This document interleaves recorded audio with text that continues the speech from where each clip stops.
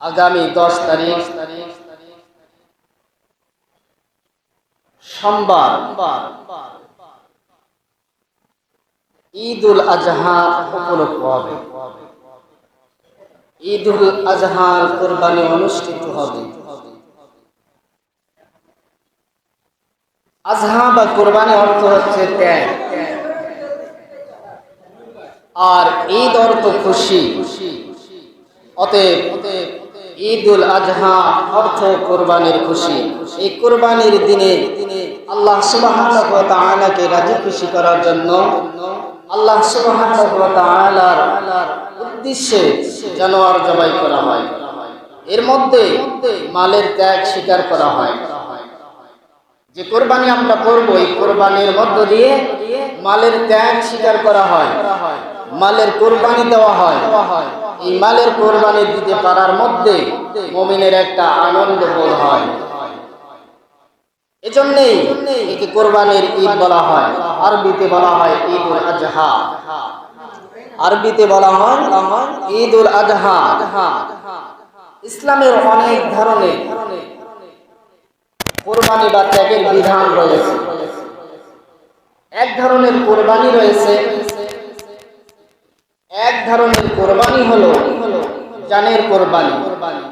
যেমন নামাজ, রোজা, হজ, জিহাদ, এই সমস্ত আমল করতে গেলে কিছুটা জানকে কষ্ট দিতে হয়, শরীরকে কষ্ট দিতে হয়, এবং এমন কি হতে পারে জিহাদের মর্যাদা আবার শহীদ হতে হয়।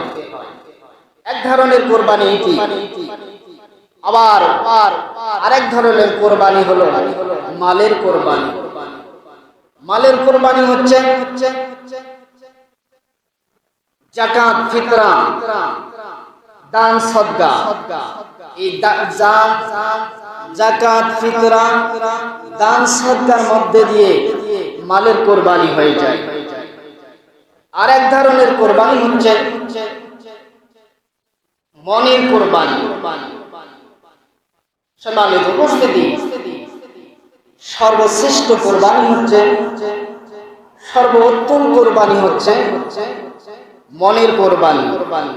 এই মনের কোরবানি দিতে পারার মধ্যে আল্লাহ সুবহানাহু ওয়া তাআলা রাজি খুশি অর্জন করা সম্ভব।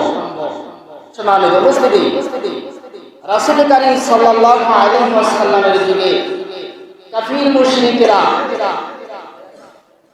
তাদের ধন সম্পদ অতি সহজে ব্যয় করেছিল, কিন্তু তারা মনের যে কোরবানি, মন থেকে তাদের কুফরি, শিরক, বিদ্বেষ তারা কখনো সরিয়ে ফেলে নাই।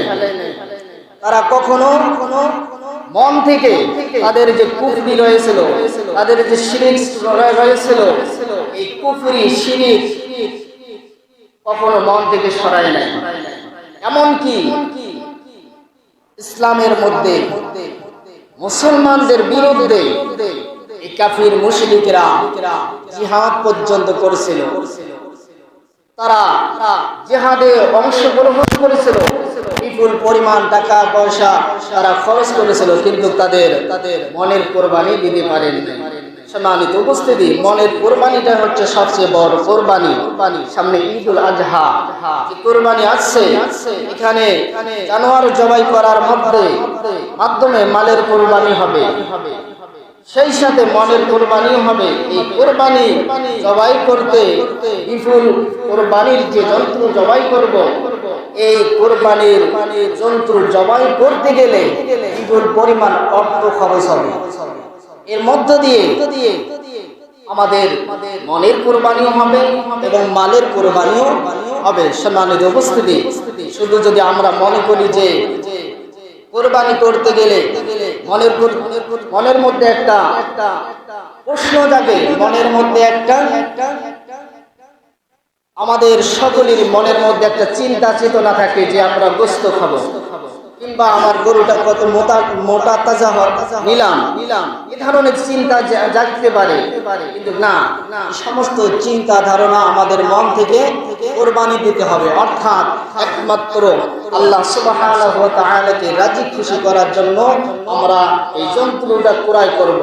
তাতে কতটুকু পরিমাণ অংশ হলো এই দেখার বিষয় নয়, শুধু হাদিসের মধ্যে এসেছে যে সবচেয়ে উত্তম বস্তুটা, অর্থাৎ সবচেয়ে প্রিয় বস্তুটা, এমন যন্ত্রটা ক্রয় করতে হবে যেটা নিন্দার মতো নিন্দা করার মতো কোনো ভাষা থাকে না। অর্থাৎ কোরবানির যে যন্ত্রটা আমরা ক্রয় করব হৃষ্টপুষ্ট হতে হবে, দেখতে ভালো হবে এবং মোটা তাজা হতে হবে। সম্মানিত উপস্থিতি, যদি আমাদের চেতনা থাকে যে আমরা গোশত খাওয়ার জন্য এত বড় গরু ক্রয় করব, যদি মোহরা দিয়ে আমরা এই কোরবানির যন্ত্রটাকে নিয়ে আসি, অর্থাৎ সারা গ্রামকে যদি আমরা দেখে যে আমি এই কোরবানির গরু কিংবা এই যন্ত্রটা জবাই করব, যদি এই ধারণা চিন্তা থাকে তাহলে আমাদের নিয়তের মধ্যে গরমাল থাকবে। অর্থাৎ এই নিয়ত আমাদের গরমাল করা যাবে না।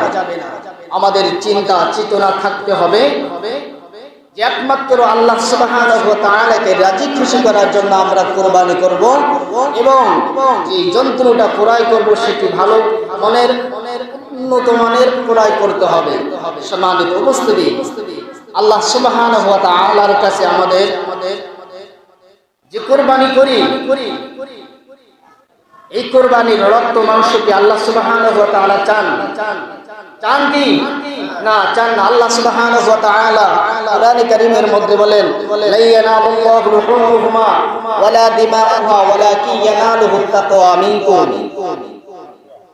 অর্থাৎ এই কুরবানির জন্তুর রক্ত মাংস আদৌ কখনো আল্লাহ সুবহানাহু ওয়া তাআলার কাছে পৌঁছে না, শুধুমাত্র কেবলমাত্র আমাদের একটা জিনিস পৌঁছে, সেটা হচ্ছে তাকওয়া, খোদাভীরুতা এবং খালিস নিয়াত। এতটুকু আল্লাহ সুবহানাহু ওয়া তাআলার কাছে পৌঁছে। আল্লাহ সুবহানাহু ওয়া তাআলার কাছে কিন্তু রক্ত মাংস কোনো কিছুই চান না। বান্দার শুধু ইয়াকিনের সাথে নিয়াত করেছে কিনা, বান্দার ইয়াকিন আছে কিনা, কতটুকু আমার উপর বা আমাকে সন্তুষ্টি করার জন্য এই কুরবানি যন্ত্র জবাই করলো, এতটুকু আল্লাহ সুবহানাহু ওয়া তাআলা দেখেন। গরুর মাংস কতটুকু হলো এটা আল্লাহ সুবহানাহু ওয়া তাআলা চান না কিংবা দেখেন না, শুধুমাত্র কেবলমাত্র আল্লাহ সুবহানাহু ওয়া তাআলা দেখেন বান্দার ইয়াকিন কতটুকু আছে, নিয়াত কতটুকু করেছে এবং তার মনের মধ্যে খায়েশ চেতনা কতটুকু আছে। যদি আল্লাহ সুবহানাহু ওয়া তাআলাকে রাজি খুশি করার জন্য এই কুরবানি হয়ে থাকে, তাহলে আল্লাহ সুবহানাহু ওয়া তাআলা অবশ্যই তার মুনাফা জাযা দিয়ে দেবেন। বলি সুবহানাল্লাহ।